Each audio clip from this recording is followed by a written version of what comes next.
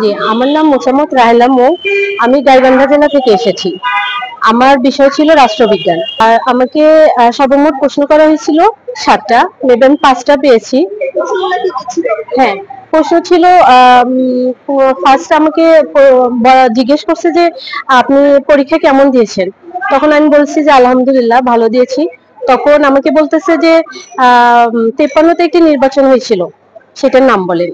এটা বলছে ম্যাকিয়াভেলিবাদ এবং ম্যাকিয়াভেলিকে একদম আধুনিক রাষ্ট্রচিন্তার জনক বলা হয়।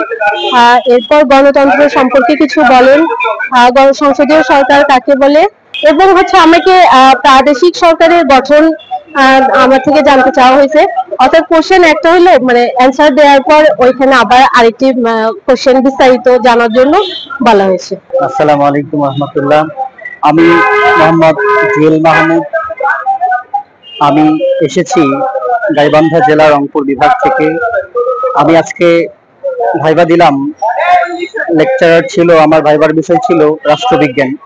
রাষ্ট্রবিজ্ঞান থেকে আসলে অনেকেই অনেক প্রশ্ন করতেছে। তো আমাকে আসলে ধরেছে সক্রেটিস সম্পর্কে। সক্রেটিস যিনি ছিলেন, আসলে তিনি কে? তিনি যদিও বা কোনো তার লেখা বই তিনি লিখে যান নাই, কিন্তু আমরা তার সম্পর্কে কিভাবে জানি? আমি উত্তর দিলাম যে প্লেটো তার শিষ্য যে ছিল তাদের লেখনী থেকেই আমরা তার সম্পর্কে জানি।